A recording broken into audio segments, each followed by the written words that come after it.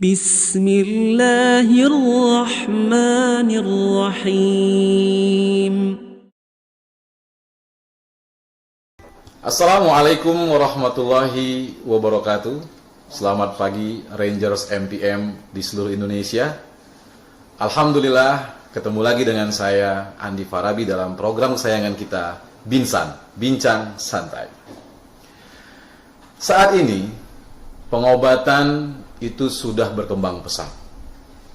Semua orang melaksanakan pengobatan sesuai dengan teknologi yang berkembang, dengan obat, dengan alat-alat yang canggih, dan lain sebagainya.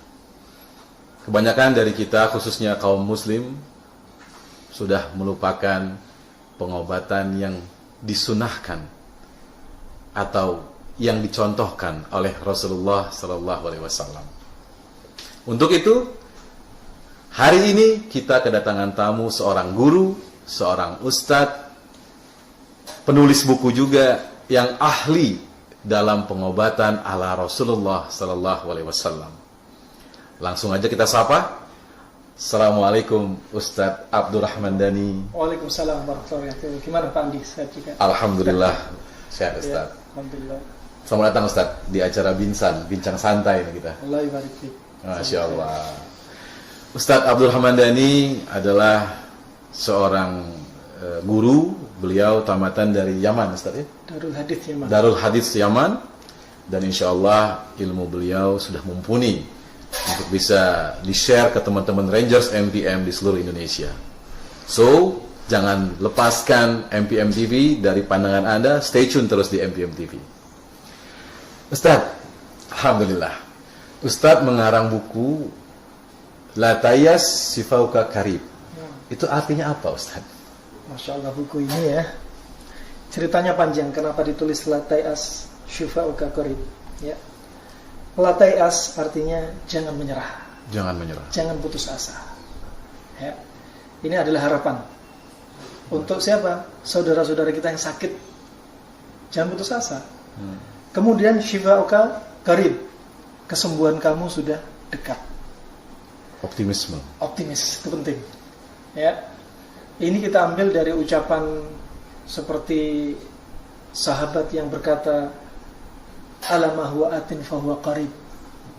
Ketahuilah bahwasanya segala sesuatu yang akan datang itu dekat. Termasuk hari kiamat dekat. Ya, Nabi sudah bersabda, "Bu'ithtu baini wa baina sa'ah kahatain." Aku diutusnya aku sama hari kiamat jaraknya seperti ini, dekat. Termasuk kita sakit, kesembuhan kita dekat. Masya Allah. Nah, untuk apa? Biar nggak putus asa. Orang sakit, divonis umur Anda tinggal sekian, ini nggak boleh dong. Kemudian divonis ini penyakit nggak ada obatnya, nggak boleh. Padahal Nabi sudah bersabda, riwayat Imam Ahmad dan yang selainnya, "Ma anzalallahu da'an illa anzalalahu syifa'an. Halimahu man alima wa jahilahu man jahilah." Allah tidak akan turunkan penyakit kecuali Allah turunkan obatnya. Taulah orang yang tahu dan jahillah orang yang jahil. Yang nggak tahu. Maka semua penyakit ada obatnya. Baik Ustaz, sebelum kita masuk ke dalam isi buku, latar belakang Ustaz mengarang buku ini itu apa Ustaz? Masya Allah. Pertama, dulu ketika kami menuntut ilmu di negeri Yaman, ya, alhamdulillah dari periode 2004 sampai 2014, dan memang hobi saya tertarik dengan Tibbun Nabawi. Sehingga kadang saya bermajelis dengan guru-guru yang mengajarkan Tibbun Nabawi. Terkadang tertarik dengan pengobatan Arab klasik. Sehingga kita buka sedikit demi sedikit. Dan kebetulan di sana dulu juga kita praktek juga di negeri Yaman. Dan ketika kembali ke Indonesia. Subhanallah, saya nyoba menyajikan kepada kaum muslimin kajian-kajian, membacakan kitab yaitu Zadul Ma'ad fi Hadi Khairil Ibad, ya, kemudian juga kitab Tibbun Nabawi Ibnu Qayyim rahimahullah. Kok ternyata subhanallah sambutannya luar biasa. Menunjukkan apa? Kaum muslimin khususnya dan umat manusia pada umumnya haus tentang apa? Ilmu kesehatan. Imam Syafi'i sudah penting banget. Bahkan Imam Syafi'i berwasiat, ya, la taskunanna fil bilad. Kamu jangan tinggal di suatu negeri Yang di sana apa? Gak ada alim yuftid, ya. Gak ada seorang alim ulama yang memberikan fatwa andinik tentang agama kamu. Yang kedua, laisa hunaka tabib, ya, yumbiuka an maradik, ya, wa yu'alijuk. Nah, dan tidak ada dokter yang mengabarkan kepada kamu tentang penyakitmu, sakit kamu fi badanik, di dalam tubuh kamu. Menunjukkan seorang alim dan seorang dokter adalah profesi yang dibutuhkan sepanjang masa. Masya Allah. Seorang alim untuk mengobati penyakit hati. Ya, penyakit hati ada dua, syubhat dan syahwat. Syubhat yaitu kerancuan dalam agama. Ya. Kenapa? Karena nggak tahu dalil. Ternyata kalau Allah, kalau Rasulullah sudah lengkap. Ini penyakit hati berupa kerancuan agama. Yang kedua, syahwat, hawa nafsu. Nah, dan yang berikutnya, dokter mengobati apa? Dengan obatnya, dengan herbalnya, dengan terapinya. Maka ini subhanallah, para ulama sebenarnya sudah mengajarkan. Dan jangan jadikan terapi ini, terutama terapi yang betul-betul datang dari Nabi, jangan jadikan pengobatan alternatif. Harus yang utama, Ustaz. Harus utama dong. Masya Allah. Kita mulai korek nih buku nih, kita mulai explore nih. Kira-kira boleh nggak, Ustaz, kasih satu atau dua tentang isi buku ini yang berhubungan dengan pengobatan ala Rasulullah SAW yang mungkin insya Allah Rangers MTM di seluruh Indonesia bisa juga mengaplikasikannya. Masya Allah. Baik, Ustaz. Ini ringkasan alhasil. Judulnya coba dilihat. La tayas syifa'uka qarib. Jangan putus asa, kesembuhanmu sudah dekat. Ya. Di bawahnya kiat hidup sehat dengan konsep panas dingin. Panas dingin, nah itu. Inilah kita bicarakan, panas dingin.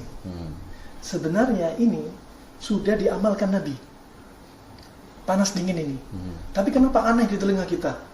Ini ajaran apa lagi ini? Iya, panas dingin itu maksudnya apa? Kayak sesuatu yang baru, ya. Panas dingin bukan berarti makan bakso sama es degan, kelapa muda, bukan. Tapi panas dingin di sini diantara contohnya sifat. Sebagaimana Nabi SAW pernah Nabi waktu itu makan kurma rutop, kurma yang basah ya, dengan semangka. Dalam riwayat Tirmidzi dan Abu Daud ini, dalam hadis yang sahih ini, Nabi berkata kepada Aisyah, istrinya sendiri, naksiru harra hadha bi burdi hadha, wa naksiru burda hadha bi harri hadha. Inilah rahasianya. Satu hadis ini kita kupas menjadi hampir 200 halaman. Masya Allah. Jadi apa rahasianya? Kata Rasulullah, panasnya kurma basah dinetralkan dengan semangka. Semangka yang dingin. Yang dingin. Dan dinginnya semangka dinetralkan dengan panasnya kurma. Jadi panas dingin di sini bukan secara harfiah, Ustaz ya. Artinya mungkin unsurnya. Unsurnya. Kalau kurma itu lebih kepada panas. Kalau semangka itu dingin. Dingin, betul. Dan ini ajaib. Masih kita nyambung dengan hadits yang lainnya. Manfaatnya banyak. Ya, makanya kita kupas hikmahnya. Ya, laqad kana lakum fi Rasulillah uswatun hasanah. Ya, betul-betul pada diri Rasulullah bagi kalian itu ada contoh dalam perkara agama, bahkan dunianya. Bagaimana tidurnya, bagaimana makannya, bagaimana fisiknya. Walaupun perkara ini bukan termasuk sunnah ta'abbudiyah. Artinya kalau murni itu sebagai ibadah bukan. Tapi ada sebagian jibiliyah, adat kebiasaan Nabi. Tapi kalau kita contoh, kita bakal dapat pahala. Insyaallah. Ternyata apa? Pola makan panas dingin ini kembalinya kepada sistem endokrin, hormon. Dari sinilah kita mulai membahas. Ternyata bukan hanya untuk berat badan. Pernah kita coba juga kasus ketumbe, kasus kanker, kasus orang wanita yang promil, kasus tumor, kasus sakit mah, kasus GERD, kasus sakit mata, konjungtivitis. Subhanallah, banyak kasus. Taunya kapan? Ketika para kaum muslimin setelah menyaksikan kajian di dunia nyata, offline atau online, mereka langsung mempraktekkan. Kemudian mereka japri, ya Rob, senangnya mendengar reaksi positif mereka. Ketika itulah saya semangat. Apalagi pemberi kata pengantar Profesor Dokter, yaitu Bapak Profesor Dr. Ahmad Sugi. Beliau termasuk guru besar UI, ahli gizi, juga pernah menjabat Ketua Gizi se-Indonesia. Ketika hadir dalam satu kajian, saya dipanggil waktu itu, saya nggak paham kalau beliau ahli gizi. Ustadz, saya minta tolong. ayo kita gabungkan. Maka nanti Bu Nabawi, kedokteran Arab klasik dengan kedokteran modern zaman sekarang. Masya Allah. Saat itulah motivasi beliau terwujud setelah 2 tahun sekarang dicetak buku. Dan saya lihat juga ini ada kata pengantar dari Dewan Pembina Majelis Peduli Masyarakat 1311 ya Ustaz ya. Bapak Kabul Wibowo ya. Bapak Arjuna juga kita berharap menjadi payung juga. Insya Allah. Karena beliau juga maksudnya orang yang didengar. Apalagi Ketua Yayasan MPM, Pembina Dewan ya. Pembina. Dewan Pembina. Masya Allah. Yang beliau Masya Allah membawai payung MPM dari Sabang sampai Merauke, Insya Allah. Dan harapan saya bermanfaat melalui beliau ini. Nah, ngomong masalah harapan Ustaz. Harapan Ustaz dengan adanya buku ini bagi seluruh Rangers di seluruh Nusantara apa Ustaz? Harapan ke depannya. Masya Allah. Jadi sebenarnya buku ini sebenarnya mengajarkan kesehatan untuk kaum muslimin. Ya, sekaligus mendakwahi kaum muslimin. Disebutkan di dalamnya tentang sabar. Ya, disebutkan di dalamnya tentang tauhid. Ya, bukan hanya kesehatan. Jadi dengan harapan para ranger-ranger NPM ini, ya, apa? Pertama, bisa membekali diri mereka. Iman dan kesehatan. Itu harus berjalan bersama. Ustaz. Orang punya iman kuat, tapi sakit. Mungkin sakit 1 pekan, 2 pekan, dia nggak kerasa. Kalau sudah 1 bulan, mulai drop iman dia dan imun dia. Biasanya sholat di masjid, nggak di masjid. Ternyata berdampak. Nah, apalagi kalau latar belakangnya NPM apa? Berdakwah. Sosial. Syiar dakwah. Syiar dakwah. Itu harus butuh tenaga. Iya dong. Iya. Stamina ya. Baik Ustaz, Rangers MPM di seluruh Indonesia. Kalau kita kupas buku ini itu nggak cukup. Nah, kayaknya memang harus beli nih bukunya nih. Supaya seluruh ranger bisa mempelajarinya dan mempraktekannya dengan baik.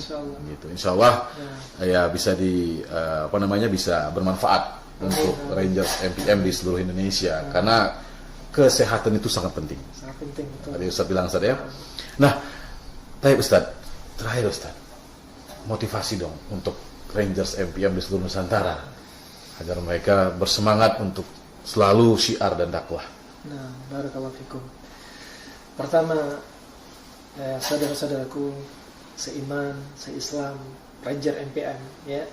MPM ini tentunya membawa amanah yang sangat berat ya, membantu kaum muslimin berdakwah, juga turun tangan apalagi seperti sekarang ketika musibah di mana-mana ya, banjir ya, angin puting beliung, kemudian gempa bumi, wabah, maka kegiatan semacam ini butuh ikhlas, itu paling penting.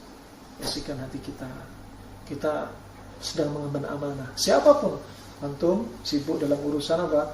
Bakti sosial, ya, membantu saudara dalam urusan mengurus tahfidz dari Sabang sampai Merauke.